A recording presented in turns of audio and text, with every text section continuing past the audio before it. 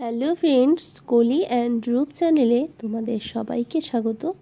আমি আবারও চলে এসেছি নতুন একটি রেসিপির সাথে। আজকের রেসিপি মাছের মাথা দিয়ে বাঁধাকপি ঘন্ট, সেটাই আজকে তোমাদেরকে দেখাবো। তো বাঁধাকপি ঘন্ট এমনিও করলে ভালো লাগে, কিন্তু মাছের মাথা দিয়ে এর স্বাদ একটু আলাদাই। তো এটা তোমরা ট্রাই করে দেখতে পারো। আর গরম গরম ভাত দিয়ে মাছের মাথা দিয়ে বাঁধাকপি ঘন্ট খেতে একদম দুর্দান্ত স্বাদ লাগে। তো চলো দেখে নেওয়া যাক রেসিপিটি। মাছের মাথা দিয়ে বাঁধাকপি ঘন্ট তৈরি করার জন্য এখানে আমি একটা বড় সাইজের বাঁধাকপির আধাটা আমি এখানে খুব ঝুরি করে কেটে নিয়েছি। আর বাঁধাকপিটা একটু ঝুরি করে কাটলে পরেই এটা রান্না করতেও ভালো হয় আর খুব তাড়াতাড়ি এটা সেদ্ধ হয়ে যায়। তো দেখো, এখানে আমি ভালো করে ঝুরি করে কেটে নিয়েছি আর ধুয়ে পরিষ্কার করে নিয়েছি। বাঁধাকপি ঘন্ট তৈরি করার জন্য এখানে আমি কড়াই বসিয়ে দিয়েছি আর কড়াইয়ে দিয়ে দিচ্ছি পরিমাণ মতো তেল। আর সবার প্রথমে আমি মাছের মাথাটাকে এখন ভেজে নেব। তেলটা গরম হয়ে গেছে, তো আমি এখানে মাছের মাথাটা দিয়ে দিয়েছি। আর এখানে আমি একটা মাথা দিয়ে বাঁধাকপিটা তৈরি করব, কারণ এখানে আমি বাঁধাকপির পরিমাণটা আমি অল্প নিয়েছি, তাই মাছের মাথাও আমি একটাই দিচ্ছি। তোমরা বাঁধাকপির পরিমাণ অনুযায়ী মাছের মাথাটা ব্যবহার করবে। তো এখানে আমি একটাই মাথা দিয়েছি আর সেটা ভেজে নিচ্ছি। আর ভালো করে লাল লাল করে ভেজে নেব। আমি অপর পাশটাও ঠিক একইভাবে ভেজে নিচ্ছি। দেখো বন্ধুরা, আমার মাছের মাথাটা ভেজে নেওয়া হয়ে গেছে। আর এখানে আমি মাছের মাথাটাকে তুলে নিয়েছি। বাঁধাকপিতে দেওয়ার জন্য এখানে আমি আলু কেটে নিয়েছি আর নুন হলুদ মাখিয়ে নিয়েছি। মাছের মাথাটা ভেজে নেওয়ার পর এখানে সামান্য পরিমাণ তেল রয়ে গেছে, এখানে আমি আরও একটু তেল দিয়ে নেব, কারণ বাঁধাকপিটা খুব অল্প তেলে রান্না করলে খেতে ভালো লাগে না। সেজন্য আমি তেলের পরিমাণটা একটু বেশি দিচ্ছি। তো এখানে আমি 3 থেকে 4 চামচ তেল দিয়ে নিয়েছি।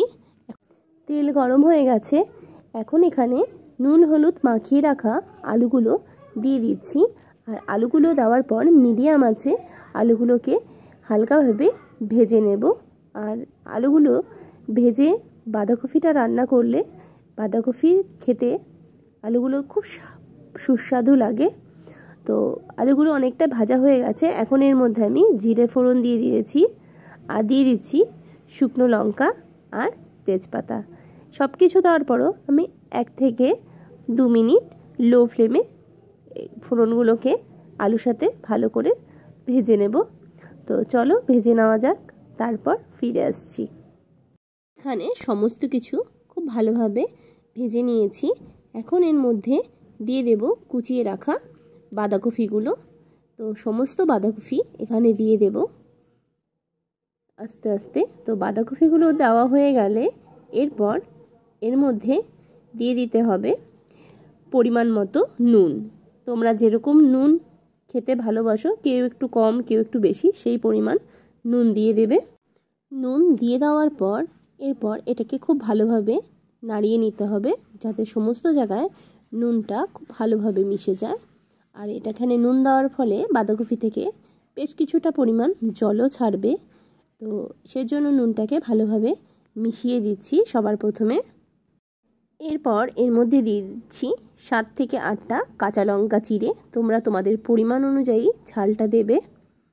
আর তারপর এখানে দিয়ে দিচ্ছি 1 টেবিল চামচ হলুদ গুঁড়ো আর দিয়ে দেব 1 টেবিল চামচ জিরের গুঁড়ো। সব কিছু দেওয়া হয়ে গেছে, গুঁড়ো মশলা সব দেওয়া হয়ে গেছে। এখন এর মধ্যে দিয়ে দিচ্ছি 1 টেবিল চামচ আদা বাটা। সব কিছু দেওয়ার পর এবার সমস্ত কিছুকে খুব ভালোভাবে নাড়িয়ে একসাথে মিশিয়ে নিতে হবে, যাতে হলুদ জিরের গুঁড়ো আদা সব কিছু ভালোভাবে মিশে যায়। তো দেখো নিচে অনেকটা জলও ছেড়েছে। তো সব কিছু ভালোভাবে মিশিয়ে নেওয়া খুঁতি দিয়ে ভালো করে নেড়ে নেড়ে ভালো করে মিশিয়ে নিতে হবে। সব কিছু মিশিয়ে নিয়েছি আর নিচে বেশ অনেকটা পরিমাণই জল ছেড়েছে। এটাকে ঢেকে ঢেকে মাঝে মাঝে একটু নাড়িয়ে দিতে হবে, সেভাবেই জলটাকে শুকিয়ে নিতে হবে। আর ঢাকার ফলে বাঁধাকপিটাও খুব ভালোভাবে সেদ্ধ হয়ে যাবে। বাঁধাকপি থেকে জলটা প্রায় অনেকটাই শুকিয়ে গেছে। এখন এর মধ্যে মাছের মাথাটাকে ভেঙে আমি এর মধ্যে দিয়ে দিচ্ছি। তারপর এটাকে খুব ভালোভাবে মাছের মাথা এবং বাঁধাকপি দুটোকেই খুব ভালোভাবে নাড়িয়ে মিশিয়ে নিতে হবে। মিশিয়ে নেওয়ার পরেও মিডিয়াম আঁচে আরও কিছুক্ষণ এটাকে নাড়িয়ে নিব, আরও কিছুক্ষণ এটাকে রেখে দেব।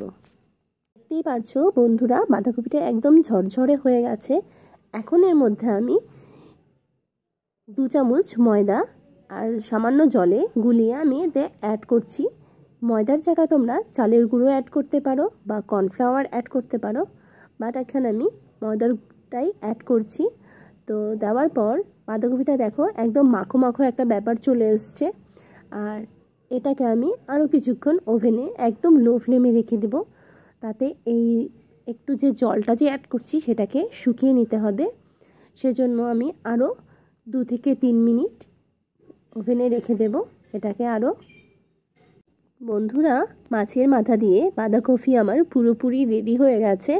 আর দেখতেই পাচ্ছ বাঁধাকপিটা একদম মাখো মাখো হয়েছে। আর আমি জলটাও খুব ভালোভাবে শুকিয়ে নিয়েছি লাস্টে যে দিয়েছিলাম। তো এই বাঁধাকপিটি মাছের মাথা দিয়ে একদম ঘরোয়া পদ্ধতিতে তৈরি করা। তোমাদের যদি ভালো লেগে থাকে রেসিপিটি, তো তোমরা বাড়িতে একবার ট্রাই করতে পারো। কেমন লেগেছে সেটা আমাকে কমেন্ট করে জানিও। আর ভিডিওটি যদি ভালো লেগে থাকে তো লাইক শেয়ার করে দিও। আর অবশ্যই আমার চ্যানেলটিকে সাবস্ক্রাইব করে দিও আর পাশে থাকা বেল বাটনটিও প্রেস করে দিও, যাতে আমার সমস্ত ভিডিও আমি তোমাদের কাছে পৌঁছে দিতে পারি। আর বন্ধুরা, আমার পাশে থেকো যাতে আমি তোমাদেরকে আরও নতুন নতুন ভিডিও দিতে পারি আর আরও এগিয়ে যেতে পারি।